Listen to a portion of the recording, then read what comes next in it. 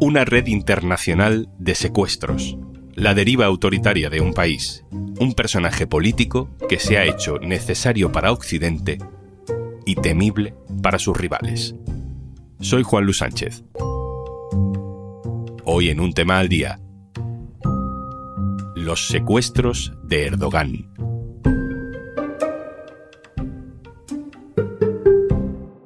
Una cosa antes de empezar. ¿Tienes una empresa entre 50 y menos de 250 empleados? El programa Kit Digital acaba de lanzar una convocatoria con bonos digitales de hasta 29.000 euros. Te cuento más al final del episodio. My name is Abdullah Gansh. I'm 16 years old. I study in Kenya. This Friday, in the early morning hours, our car got hit by a jeep. 4 masked men who wielded guns pointed us to get in their car. They were aggressive and they commanded us. Escuchamos a Abdullah. Es un chico de 16 años que estudia en Kenia, que cuenta cómo sufrió un intento de secuestro por parte de 4 hombres enmascarados que chocaron contra su coche de manera violenta. Lo que cuenta no es un hecho aislado, es uno de tantos, es un intento de secuestro por motivos políticos por parte de la Turquía del presidente Tayyip Erdogan. Erdogan lleva más de 20 años en el poder, desde 2003 como primer ministro, desde 2014 como presidente, conservador e islamista en lo social, liberal en lo económico, muy enemigo de la libertad de expresión. Erdogan ha sabido, sin embargo, hacerse necesario para la Unión Europea, que si la alianza de civilizaciones, que si la gestión de los refugiados sirios, que si la mediación entre israelíes y palestinos, o su papel respecto a Rusia o Siria. Todo eso le ha dado margen a Erdogan para su última operación represiva, una red de secuestros de opositores políticos en el extranjero para llevarlos ilegalmente a Turquía. Hay un periodista del diario.es que lleva años investigando y recopilando detalles y que acaba de publicarlos en un libro. Se llama Sentirán el aliento de Turquía en la nuca. Ese compañero es Javier Biosca. Hola, Javi. Hola, ¿qué tal? Javi, en varios artículos del diario.es y ahora también en este libro hablas de una red internacional para secuestrar opositores, pero no en Turquía, sino en el extranjero. ¿En qué lugares se han producido estos secuestros? Bueno, la verdad es que se han dado decenas de estos casos. En su inmensa mayoría son siempre profesores o trabajadores de centros educativos de un movimiento que Erdogan considera enemigo. Se han dado casos desde Mongolia a Kirguistán, pasando por Kosovo, Ucrania, Afganistán, Georgia. O sea, se ha multiplicado, se ha repartido por todo el mundo. Es verdad que no han ocurrido en la Unión Europea ni en Estados Unidos hasta ahora. Cuéntanos alguno de los casos.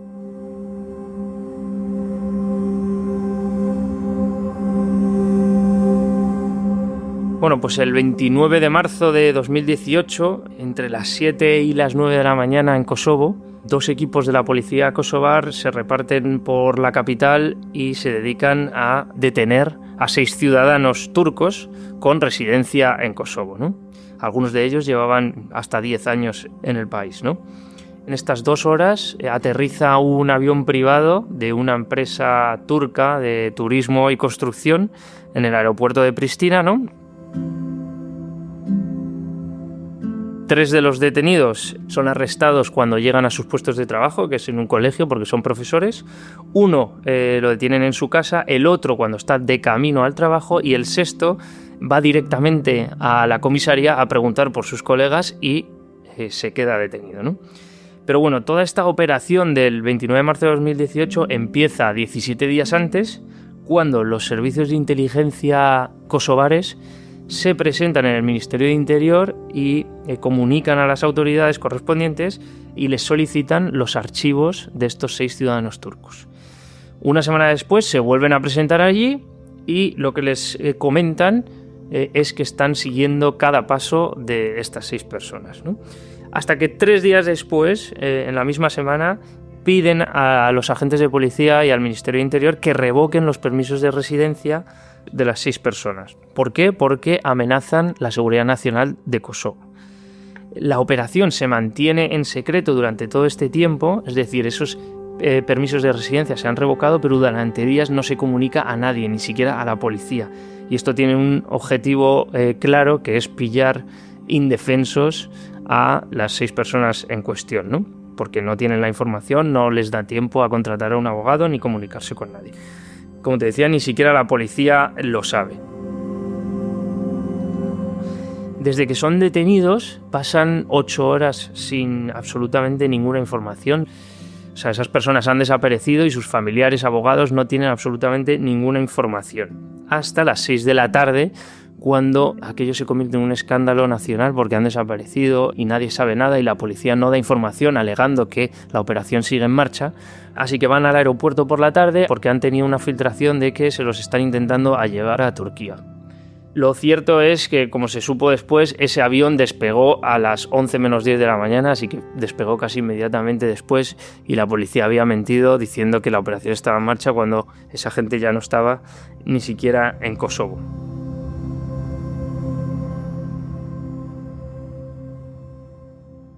Es verdad que estas operaciones no siempre le han salido bien al gobierno de Erdogan y hay otro caso que se dio muy pocos meses después, en julio del mismo año, en Mongolia, un tipo que se llama Veysel Akkay, que llevaba en Mongolia 24 años residiendo legalmente, lógicamente era el director de una red de escuelas también. Y a las 10 menos cuarto de la mañana sale de su casa a ver unas obras del próximo colegio que van a abrir. Entonces, según sale por la puerta, 2 tipos se acercan a él de manera sospechosa, según me contaba, y se le tiran encima. Le ponen las esposas, se tiran encima y lo meten en una furgoneta Toyota. Allí le vendan los ojos, le quitan el móvil, le tapan la boca y le ponen un saco en el rostro. Todo esto según su relato, ¿no? Mientras tanto, como el otro caso es muy reciente, toda su gente se va al aeropuerto a ver si va a ser un caso similar y lo van a intentar llevar, ¿no?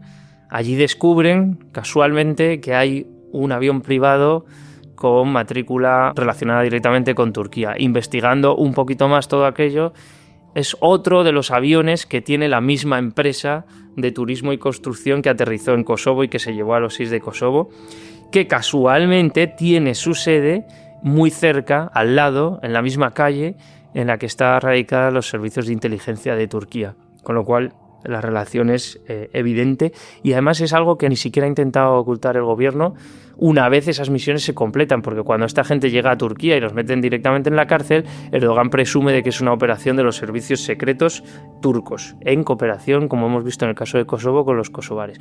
La diferencia es que en Mongolia eso no ocurrió, ¿no? En cuanto salta el escándalo, el Ministerio de Exteriores de Mongolia lo primero que hace es mandar un comunicado y ordena a ese avión privado mantenerse en tierra, prohíbe su despegue.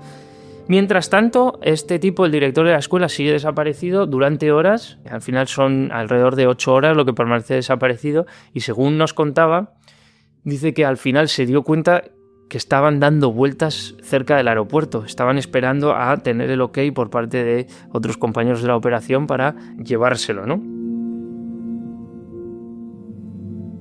La cosa es que a las 7 de la tarde la puerta de la furgoneta se abre, echan a este hombre del coche y le dejan cerca de su casa. Cuando llega a casa, allí no hay nadie, llama a su hijo y, por sorpresa, la persona que le responde es la policía. Es un agente de policía, entonces comunica que ya está liberado, la policía aparece como a los 5 minutos en su casa y se lo llevan de nuevo a comisaría para un interrogatorio que dura horas y del que no sale hasta bien entrada la madrugada, con toda la prensa agolpada a las puertas de la comisaría para saber qué había pasado, ¿no? Lo cierto es que él siempre ha dicho que las autoridades de Mongolia le han defendido y le han tratado de proteger, incluso durante días después de aquella operación estuvo con protección policial. Como vemos en estos dos casos, Turquía ha negado cualquier tipo de participación y es difícil hasta cierto punto trazar esa relación porque no es muy evidente, pero entre medias de estos dos casos, por ejemplo, ocurrió otro en Moldavia que llegó hasta el Tribunal Europeo de Derechos Humanos y allí sí que la sentencia condenatoria contra Moldavia acreditó la participación de los servicios secretos turcos, que por otro lado, como decía, es algo que ni siquiera Erdogan ha ocultado cuando ya termina toda la operación con éxito. Quizás es una pregunta ingenua, pero bueno, supongo que es la básica, ¿no? ¿Por qué? ¿Por qué hace esto Erdogan? Esto nace de un conflicto directo entre el gobierno de Turquía y el movimiento Gülen, ¿no? Este movimiento es una organización religiosa, cultural y civil que estuvo aliada con Erdogan en los primeros años y que ayudó a Erdogan a afianzar su poder en el gobierno, pero que llegó a un punto en 2011, 12, 13, en el que esa ruptura se hizo evidente por luchas de poder internas, acompañado también de una clara deriva autoritaria de Erdogan. Y ahí se abre una guerra directa contra el movimiento Gülen, que tiene una red de seguidores de miles de personas repartidas por todo el mundo y cuyo principal pilar es la educación. Entonces Erdogan cree que asfixiando a todos estos trabajadores de centros educativos, de colegios y de universidades por todo el mundo, asfixiará de alguna forma las fuentes de financiación del movimiento y así como fuentes de capital humano también. Es un país importante, es un país muy grande, es un país que pertenece a la OTAN.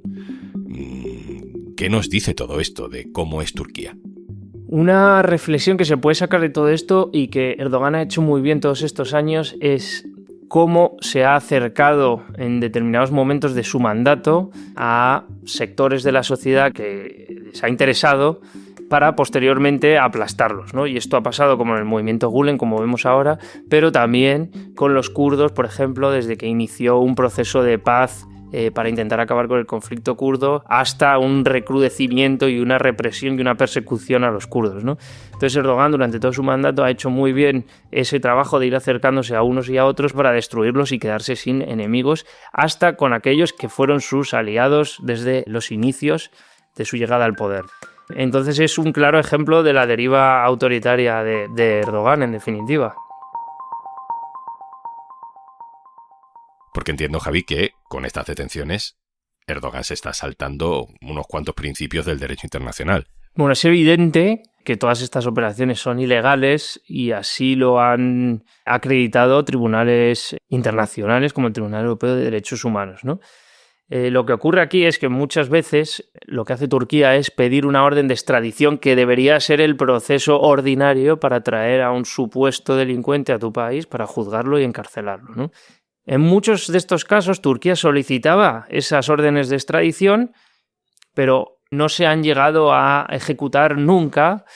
Muy pocas, más de 100 solicitudes de extradición ha pedido Turquía a diferentes países, incluidos países de la Unión Europea, y en contadísimas ocasiones, creo que son 3, han sido aprobadas, ¿no? Entonces, cuando esto no ocurría, cuando Erdogan no conseguía su objetivo de traer a sus enemigos hasta Turquía para encarcelarlos, recurría ya al plan B, estas operaciones secretas, para traerlos de manera ilegal, ¿no? Tampoco es algo que se haya inventado Erdogan, porque tiene un reflejo bastante claro en aquellas operaciones y lo que se llamaba como entregas extraordinarias de Estados Unidos durante la guerra contra el terrorismo, que hacía prácticamente lo mismo y era detener ilegalmente y llevarse a otros países de manera ilegal a sospechosos de terrorismo. Y eso lo hizo Estados Unidos durante años y es lo que está haciendo más o menos, salvando las inmensas diferencias, pero lo está haciendo Erdogan. Y la justificación siempre es la misma, que es la lucha contra el terrorismo. Javi, tú ahora coordinas la información internacional en eldiario.es. Yo te tengo por un experto también sobre política norteamericana, pero desde que te conozco nunca has dejado de escribir, aunque fuera sacando el tiempo de donde no lo había, sobre Turquía. ¿Por qué? ¿Por qué para ti es importante Turquía? Bueno, yo creo que Turquía es un actor fundamental por su posición geográfica y como enlace entre Occidente y Oriente, y esas alianzas que tiene con la OTAN, con Estados Unidos y con la Unión Europea, no le han impedido girar y mirar hacia Rusia cuando le ha interesado, ¿no? Y entonces ese papel un poco y esa autonomía estratégica que ha buscado aproximadamente desde 2011 con su política exterior más independiente, saliéndose un poco del carril de lo que se espera de Turquía por nuestra parte, por Occidente, le ha permitido jugar ese papel fundamental en un montón de asuntos internacionales, entre ellos, por ejemplo, la guerra en Ucrania o ahora con Palestina e Israel. Así que Turquía es un actor muy relevante en la escena internacional. Javier Biosca, compañero y autor de Sentirán el aliento de Turquía en la nuca, muchas gracias. Muchas gracias.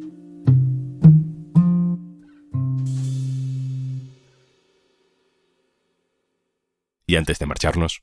Si eres propietario de una mediana empresa, el bono de Kit Digital te permite acceder a un catálogo de soluciones digitales con las que podrás mejorar la gestión de procesos, fortalecer tu presencia online o empezar a usar herramientas con inteligencia artificial. Empieza hoy mismo el cambio que tu empresa necesita. Infórmate en el 900-909-001 o en acelerapyme.es.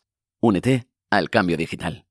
Kit Digital es una iniciativa gestionada por Red.es. Colabora Cámara de Comercio de España, financiado por la Unión Europea. Next Generation, Plan de Recuperación. Gobierno de España.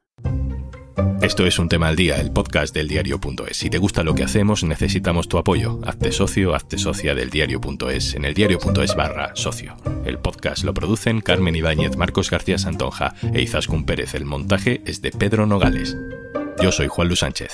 Mañana, otro tema.